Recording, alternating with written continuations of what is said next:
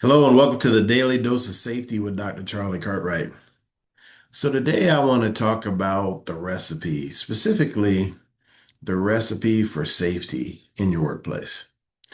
And I've got this recipe behind me for pancakes, and my favorite breakfast is pancakes, bacon, and eggs. So I try to have that at least once a week, and always enjoy that ever since I was a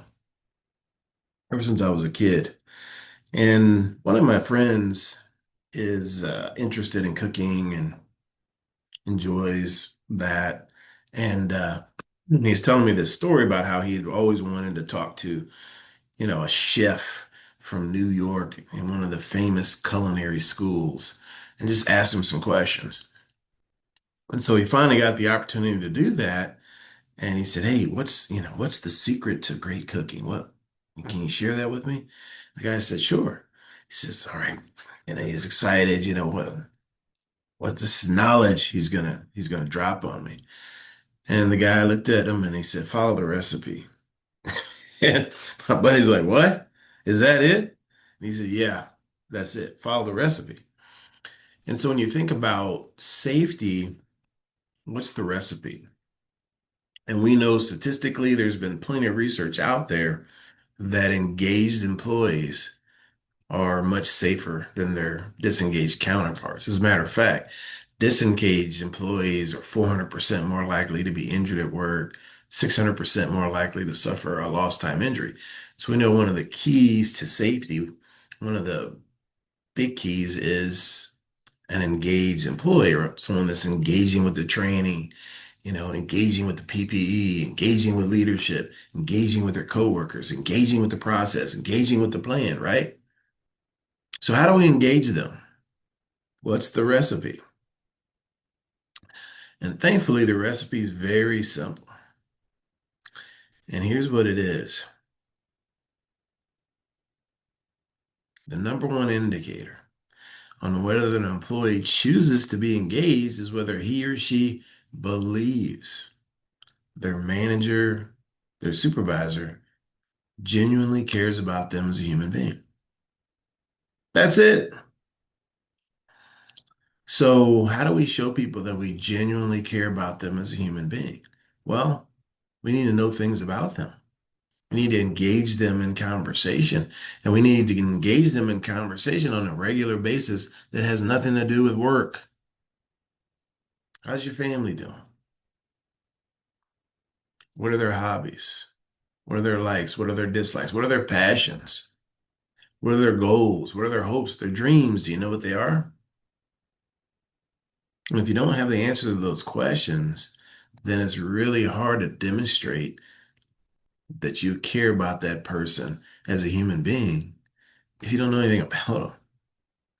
So here's a quick test that you can run as you're watching this video, or maybe shortly after. Just coming off the weekend, think about two or three people on your team and ask yourself this question about them. This weekend, they're in their personal vehicle. Maybe they were driving around town or running errands or going to do something fun. Here's the question. Do you know who was riding in the back seat of their car? Do you know who was riding in the back seat of their car? If you don't know the answer to that question, then that means you really don't know them. Because some of our most precious relationships ride in the back seats of our cars. Children, grandchildren, nieces and nephews, pets. Sometimes it might even be a set of golf clubs. We need to know the answer to that question. And how you get to know the answer to those questions is leadership by walking around. Walk around and have conversations with your people and take notes. You've got a memo. There's a memo app that comes standard if you have an iPhone. It's on your iPhone. You have a conversation with somebody, you walk away, you hit the voice memo, and you record a couple of notes. Hey, he's got um, his oldest daughter starting kindergarten this year, or his wife started a new job last month, or his mother-in-law had hip surgery last week. Make yourself a note, then create a file for your people. It can be very simple, just with their names, right? You got everybody's name.